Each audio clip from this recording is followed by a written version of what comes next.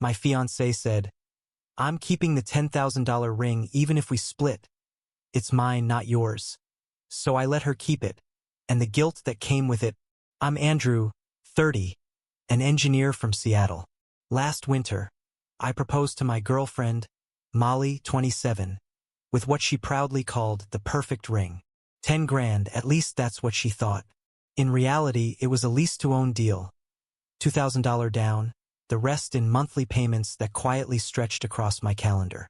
I didn't tell her, not because I wanted to lie, but because she loved the idea of it being perfect, and I didn't want to ruin that illusion. She filmed the entire proposal, edited it with Perfect by Ed Sheeran, and posted it on TikTok before I'd even caught my breath. By morning, it had over 100,000 views. Comments poured in. "He's the one. That's husband material right there." For a while, I believed it too. But a few months later, something shifted. She began comparing my job, my car, even my shirts. "Lauren's husband just bought a house," she'd say. "What are you doing?" The love I'd felt turned into an endless performance I couldn't keep up with. She'd come home late, smell faintly of cologne that wasn't mine, laugh at texts I never saw. One night, when I finally asked where she'd been, she rolled her eyes, right in front of her friend, and snapped, "You're paranoid. I can't live with someone so controlling."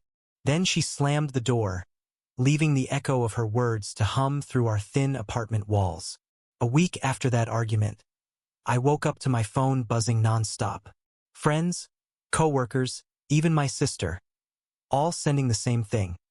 A screenshot of Molly's Instagram story. It was a photo of her hand, that same diamond glinting in the sunlight, captioned, "Sometimes love dies, and that's okay. Red heart, #self-love, #new beginnings." The comments were a feeding frenzy. "You deserve better. He didn't appreciate you. You're glowing, girl." Each one felt like a small cut, and by the time I finished scrolling, I was bleeding from 1,000 of them. I didn't even recognize the person in that post. Not her, not me, not what we'd been. It was like our entire relationship had been packaged into a performance for strangers to rate. When I came home that evening, she was sitting on the couch scrolling through her phone, ring catching the glow of the screen.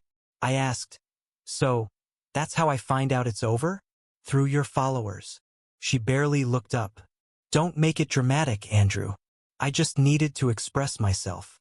"Express yourself?" "You turned our breakup into a brand statement."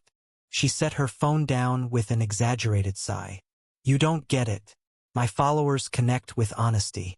People need to see that it's okay to walk away from something that doesn't serve you." "Doesn't serve you?" I repeated. "Is that what I was? A service?" She crossed her arms, that look of practiced indifference spreading across her face. "Andrew, I'm not sure I want this anymore. We're too different." "You mean me and you, or you and your followers?" That smirk, the one that used to be cute, teasing, warm. Now it was cold. "Interpret it however you want." And then she added, almost casually, "Oh, and I'm keeping the ring. It's a gift." I blinked, not sure if I'd heard right. "You're keeping it? We're breaking up? And you're keeping a $10,000 ring?" "It's mine, Andrew." I checked the law. For a second, I couldn't even respond.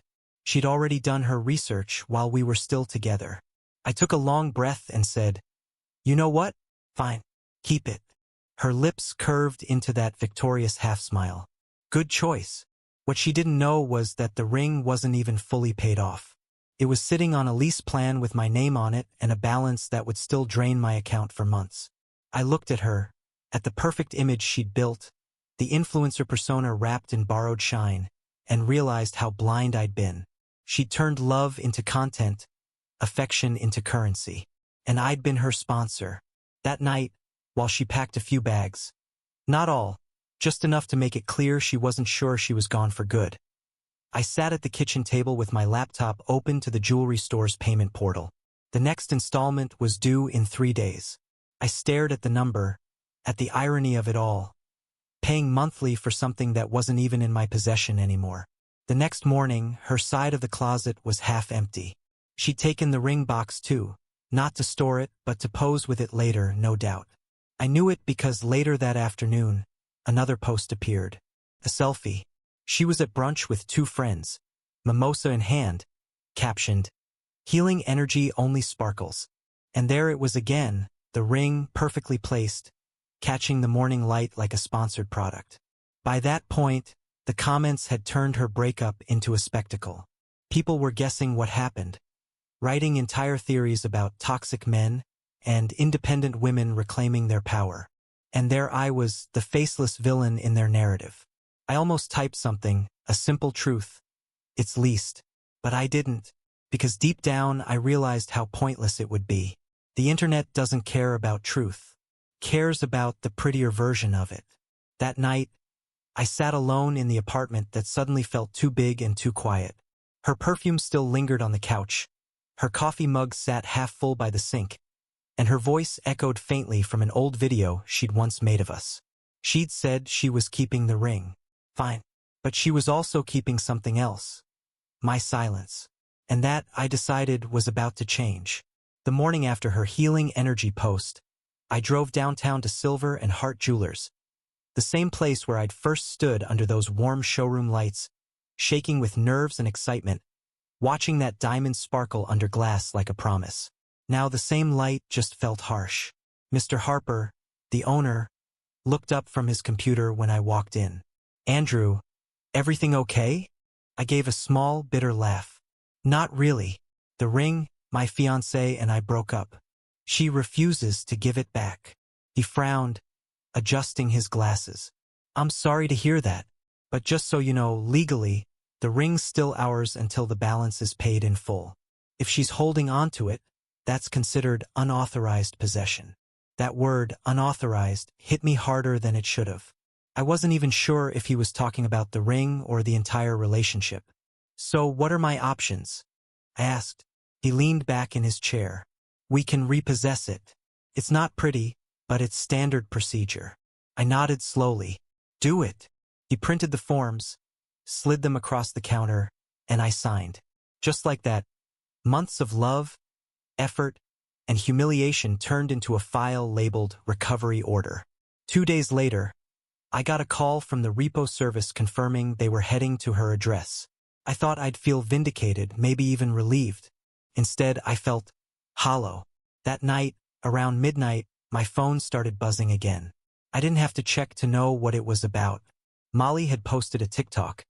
A close-up of her face, tears streaming, mascara running down like paint on a cracked mask.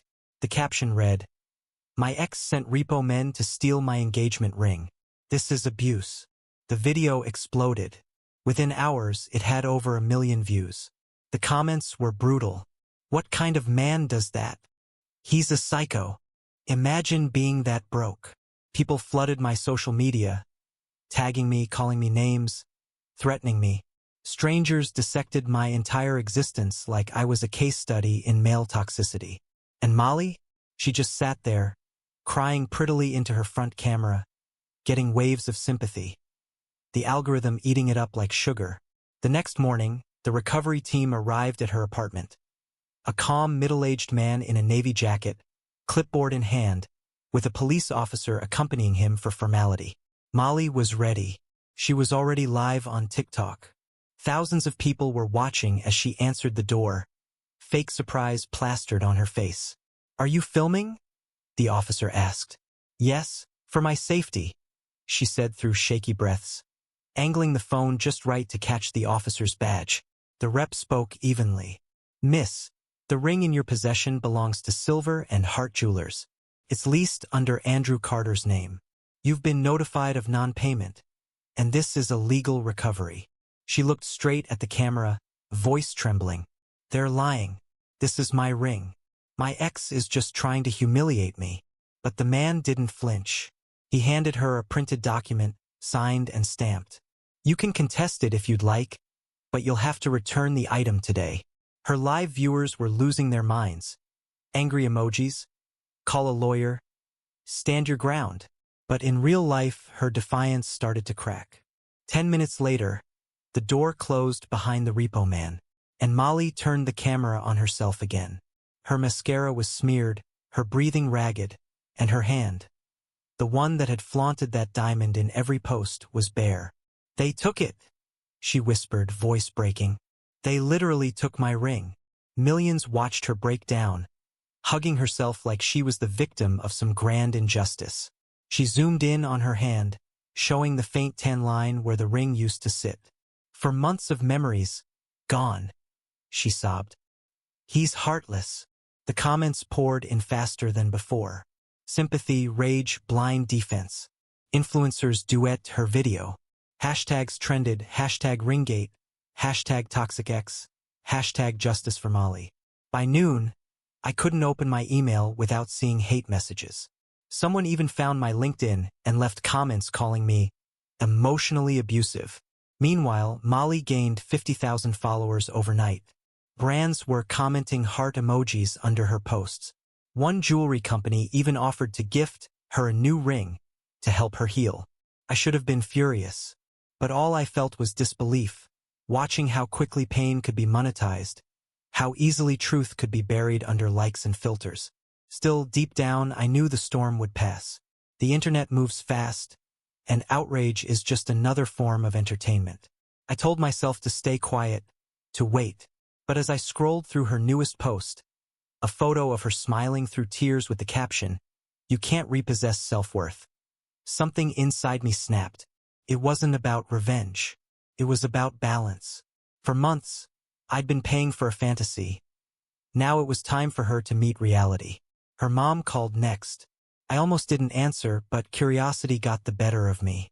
"You humiliated my daughter," she snapped before I could even say hello. "She's traumatized. Do you know what you've done to her reputation?" I closed my eyes, exhaling slowly. "Mrs. Turner, with all due respect, your daughter broadcasted our breakup to half the internet. I didn't humiliate her.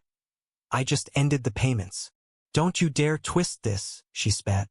"You sent men to her home. She's been crying for days." Maybe she should have cried before turning me into content. She gasped like I'd cursed her bloodline and hung up. The next few days were a nightmare. My phone didn't stop buzzing. Her friends, or maybe her followers pretending to be friends, flooded my DMs.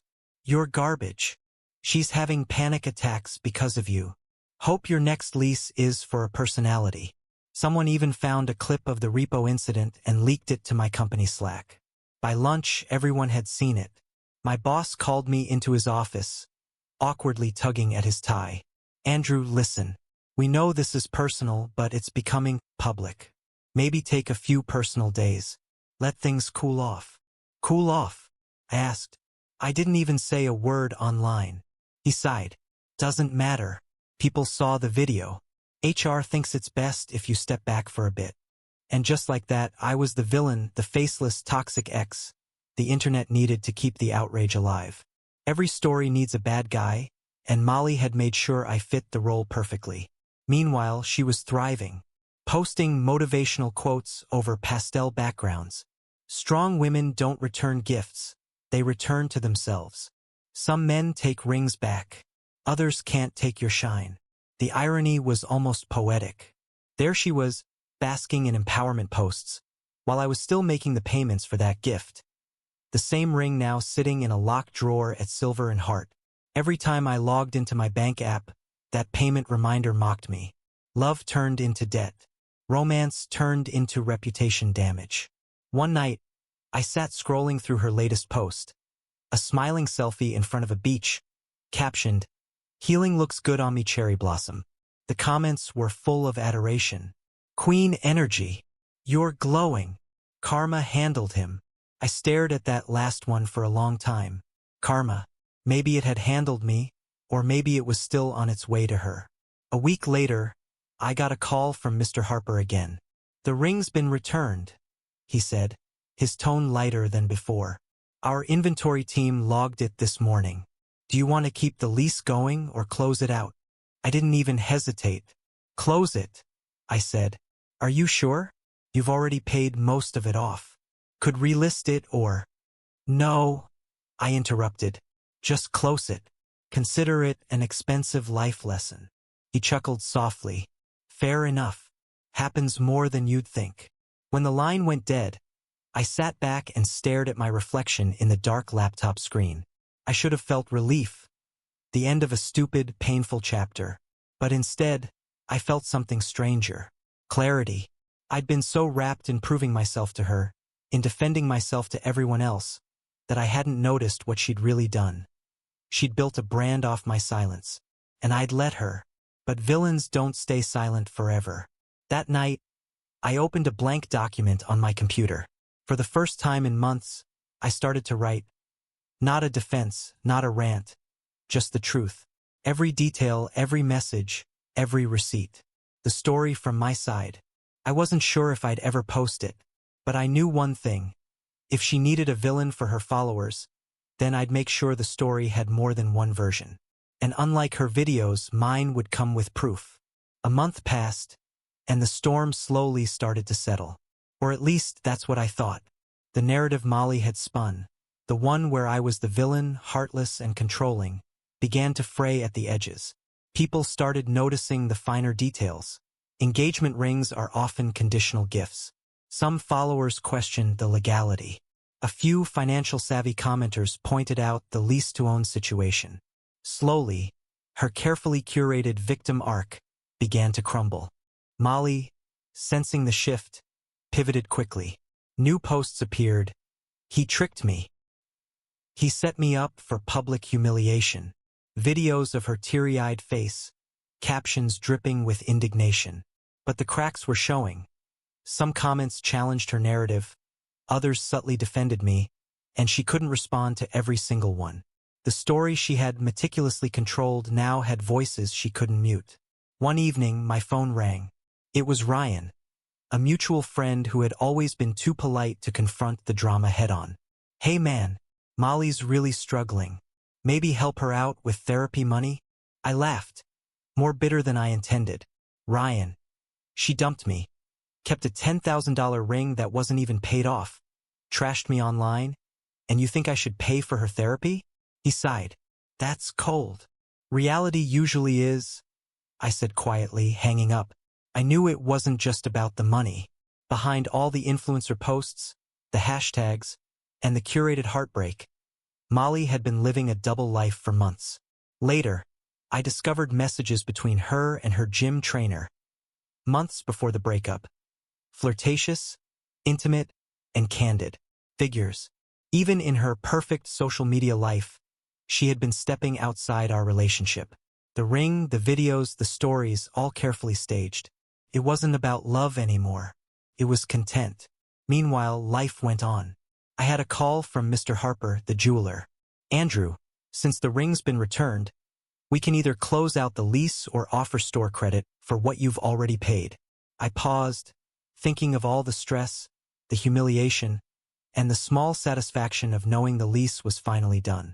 Store credit, I said finally. A few days later, I used it to buy a gold necklace for my mom's birthday. No cameras, no posts, no TikTok hashtags. Just a simple, real gift for someone who had always been there. The smile on her face, the hug she gave me, worth more than the endless commentary and judgment I had endured. It was quiet. It was unremarkable, but it felt authentic. No one could stage this moment, and no algorithm could twist it. The internet had tried to make me a villain. Molly had tried to make me a footnote in her rise to online fame, and yet here I was, grounded in something real. I didn't need likes, sympathy, or vindication. I had the satisfaction of integrity, and that, in the end, mattered far more than any diamond could. As I placed the necklace carefully in its box, I realized something important. Stories can be twisted, shared, and weaponized. But real life, the moments we quietly nurture and protect, those are the ones no one can control. And this time I would be the author of my own story. No posts, no reels, just truth. A few months later, I finally moved to Portland. Nothing extravagant. A small apartment on the edge of the city, hardwood floors that creaked just enough to feel alive. My own furniture arranged exactly how I wanted. No pink throw pillows, no energy candles. No carefully curated aesthetic for strangers to judge. Just quiet mornings with sunlight spilling through the window, coffee steaming in my favorite mug, and the soft hum of my own life continuing uninterrupted. At first, it felt strange, too much silence, too little drama. But slowly, it became clear. This was peace. Not the absence of chaos, but the presence of control over my own life. Over the months, I realized a simple truth I'd been ignoring during the whirlwind with Molly. When someone shows you who they really are during a crisis, believe them. She had shown me. She cared more about followers than honesty, more about applause than authenticity, more about trending hashtags than commitment. And I had seen it, too late, in the carefully orchestrated posts, in the way she laughed at strangers' comments and ignored mine, in the stolen moments with someone else while pretending to be upset online. That was her story. She had written it for the world, and I had been cast in it without permission. I, on the other hand, had learned something equally important. I could walk away without looking back. I didn't need to post tearful videos or dramatic statements. I didn't need to prove anything to anyone. I had already won the quiet, untraceable victory. My sanity. The ring? Probably sitting back in silver and heart's display case, catching the light, waiting for a new story to attach itself to. Its sparkle no longer meant love or power. It was just a luxury item, a reminder that sometimes appearances deceive. She kept the followers, the applause, the sympathy of strangers who didn't know the truth. And I kept something far more valuable. My life, my dignity, and my sense of self-worth. Sometimes revenge doesn't require a plan. Sometimes it's just a matter of letting life hand out its own receipts. Actions have consequences, even if they're not immediate. Molly wanted to keep the ring? Fine. I let her have it. But she also inherited the guilt, the exposure, the knowledge that people would eventually start seeing the cracks in the story she had sold. I walked through my apartment that evening, listening to the soft rain against the window, smelling coffee and old books, feeling entirely untethered from her drama. And I understood. The true victory had never been about the ring, the posts, or even the humiliation. It had been about reclaiming my narrative. She had sought to frame me as a villain, but I never needed her approval or the world's applause to know who I was. She had her audience. I had my peace. And in the long run, that was worth far more than any diamond ever could be. Sometimes peace is revenge done right. Quiet, complete, undeniable. She wanted to keep the ring. I let her keep the guilt that came with it. And for the first time in a long time, I felt free.